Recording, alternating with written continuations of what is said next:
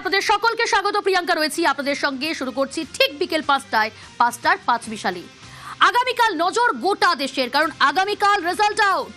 তার আগে আজ সন্ধে ফের ভবানীপুর বিধানসভার কাউন্টিং এজেন্টদের সঙ্গে বৈঠকে তৃণমূল নেত্রী।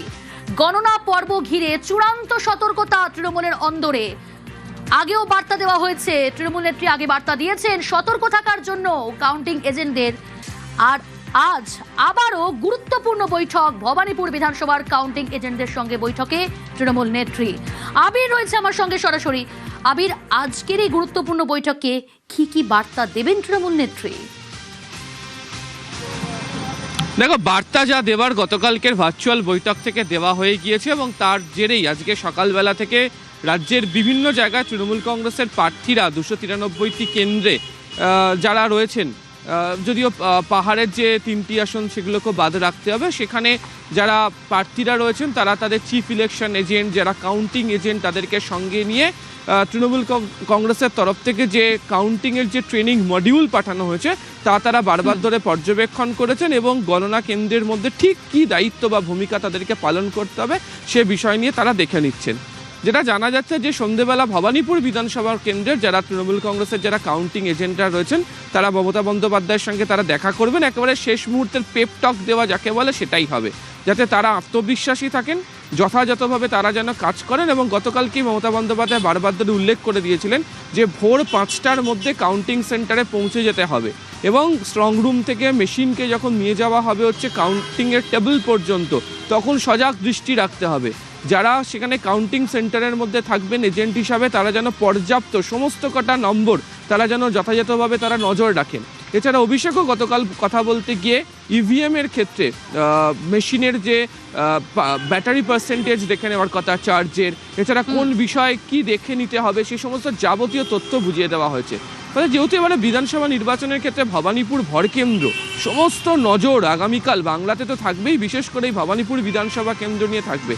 ফলে যারা কাউন্টিং এজেন্টরা থাকবেন তারা যেন আত্মবিশ্বাসী হয়ে যেন কাউন্টিং সেন্টারে পৌঁছন এবং তাদের দলের তরফ থেকে যে নির্দেশ দিয়ে দেওয়া হয়েছে সেগুলো যেন যথাযথভাবে ভূমিকা পালন করতে পারেন। মাথা ঠান্ডা রেখে তারা যেন কাউন্টিং হলের মধ্যে থাকেন, মূলত সেই বিষয়েই আরও একবার তাদের সঙ্গে সাক্ষাৎ। এবং যেহেতু দলের চেয়ারপারসন, দলের এখান থেকে তিনি প্রার্থী, ফলে স্বাভাবিকভাবেই কাউন্টিং এজেন্টরা তার সঙ্গে দেখা করতে পারলে তাদেরও যে কাজকে ঘিরে তাদের যে মোটিভেশন সেটা অনেকটা বৃদ্ধি পেতে পারে, এমনটাই মনে করা হচ্ছে। ফলে সম্পূর্ণভাবে মানসিক যে জোর, যে স্থায়িত্ব তাদেরকে বৃদ্ধি করানোর চেষ্টা, সেটাই আজকের এই সাক্ষাৎ পর্বের ক্ষেত্রে হতে চলেছে, এমনটাই তৃণমূল সূত্রে খবর। বেশ, নজর থাকবে।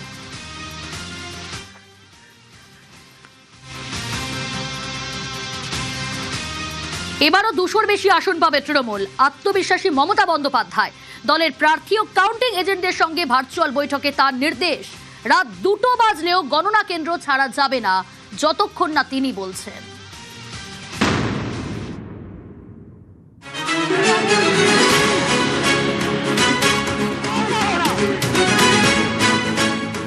সোমবার ভোট গণনা, এই গণনা নিয়ে এবার স্ট্র্যাটেজি। শনিবার তৃণমূলের প্রার্থী, কাউন্টিং এজেন্ট নেতাদের সঙ্গে ভার্চুয়াল বৈঠক করেন মমতা বন্দ্যোপাধ্যায় এবং অভিষেক বন্দ্যোপাধ্যায়। বৈঠকে তৃণমূল নেত্রী বলেন, 6 মাস ধরে লড়াইয়ের জন্য ধন্যবাদ। যাঁরা লড়াই করেছেন তাদের পুরস্কৃত করা হবে। তৃণমূল শুধু জিতছে না, বড় ব্যবধানে জিতছে। 200-র বেশি আসন পাবে তৃণমূল। এদিনের বৈঠকে কাউন্টিং এজেন্টদের তৃণমূল নেত্রী একগুচ্ছ নির্দেশ দেন। রাত 2টো বাজলেও কেউ কাউন্টিং সেন্টার ছাড়বেন না। যতক্ষণ না তিনি বেরোতে বলবেন ততক্ষণ গণনা কেন্দ্রে থাকতে হবে। কোনো আসনে 200 থেকে 300 ব্যবধানে বিপক্ষ জিতলে রিকাউন্টিং এর দাবি করতে হবে। কাউন্টিং এজেন্টরা বাড়ি থেকে খাবার নিয়ে যাবেন। দুপুরে হালকা খাবার খাবেন, বাইরের খাবার নেবেন না। কেউ কিছু মিশিয়ে দিতে পারে। স্ট্রং রুম থেকে কাউন্টিং এর জন্য ইভিএম নিয়ে যাওয়ার সময় বদলাতে পারে। তাই সোমবার ভোর 5টার মধ্যে গণনা কেন্দ্রে পৌঁছতে হবে। 10 সেকেন্ড লোডশেডিং হলে 50টা ইভিএম পাল্টে দিতে পারে। রিটার্নিং অফিসারদের চিঠি দিতে হবে যাতে কাউন্টিং সেন্টারে লোডশেডিং না হয়। গণনার দিন তৃণমূলের পুরনো নতুন সকলকে ডাকতে হবে। কোনো ইগোর লড়াই করা যাবে না। বিজেপি যেখানে ওয়ার রুম করবে সেখানে পাল্টা হিসেবে তৃণমূল কর্মীদের বসাতে হবে, বিশেষ করে মহিলাদের। এদিন মমতা বন্দ্যোপাধ্যায় বলেন, পুলিশ আপনাদের সরিয়ে দেওয়ার চেষ্টা করবে, লড়াই করতে হবে। মনে রাখবেন, আমরা বিরোধী দলের মতো ফাইট করছি। সিআরপিএফ তারা করলে মহিলারা তারা করবেন। মহিলাদের সব বাহিনীকে নামান। বিজেপি কোনো মতেই আসছে না, চেক করেই বলছি। বাঘের মতো লড়াই করতে হবে যাতে ওই বিড়ালগুলো বিড়ালই থাকে। অভিষেক বন্দ্যোপাধ্যায়ের নির্দেশ, গণনার শেষ পর্যন্ত কাউন্টিং এজেন্টরা থাকবেন। সার্টিফিকেট হাতে না পাওয়া পর্যন্ত কেউ কাউন্টিং সেন্টার ছেড়ে বেরোবেন না। ইভিএম এর সিরিয়াল নাম্বারের সঙ্গে ফর্ম 17C মেলাতে হবে। ডেটা এন্ট্রিতে ভুল করলে রিটার্নিং অফিসারকে চিঠি দিতে হবে। কাউন্টিং সেন্টারে ছাত্র, যুব, মহিলারা থাকবেন। জিতে গেছি বলে ঢিলেমি দিলে চলবে না। এদিন অভিষেক বলেন 215-র বেশি আসন পাবে তৃণমূল, তবে আত্মতুষ্টিতে ভুগলে চলবে না। বিজেপি নিজেও ভালো করে জানে ওরা জিতবে না, তবু শেষ চুরি ও কামড় দেবে ওই দিন। সিআরপিএফ ডান্ডা দিয়ে মারছে, আপনারাও ডান্ডা আর ঝান্ডা দুটোই রাখবেন। ভার্চুয়াল বৈঠকে অভিষেক নির্দেশ দেন, মহিলাদের কাউন্টিং এজেন্ট হিসেবে রাখুন। সিআরপিএফ চাইলেও ওদের গায়ে হাত দিতে পারবে না। গণনার সময় ঠিক কি কি করতে হবে তা বোঝাতে রবিবার বিভিন্ন জায়গায় প্রতিনিধি পাঠাচ্ছে তৃণমূল। দমদম ও বারাকপুর সাংগঠনিক জেলায় দায়িত্ব দেওয়া হয়েছে রাজীব কুমারকে। বহু জায়গাতে তৃণমূল কংগ্রেসের অন্দরে একটি প্রশ্ন ঘোরাফেরা করছিল, এক্সিট পোলের পরে তৃণমূল কংগ্রেসের নেতারা কি ভাবছেন। দলীয় আত্মবিশ্বাসে যাতে কোনো ঘাটতি না থাকে সে বার্তাও মমতা অভিষেক বন্দ্যোপাধ্যায়ের তরফ থেকে সম্পূর্ণভাবে দিয়ে রাখা হয়েছে তৃণমূল কংগ্রেসের সর্বস্তরের কর্মীদের কাছে।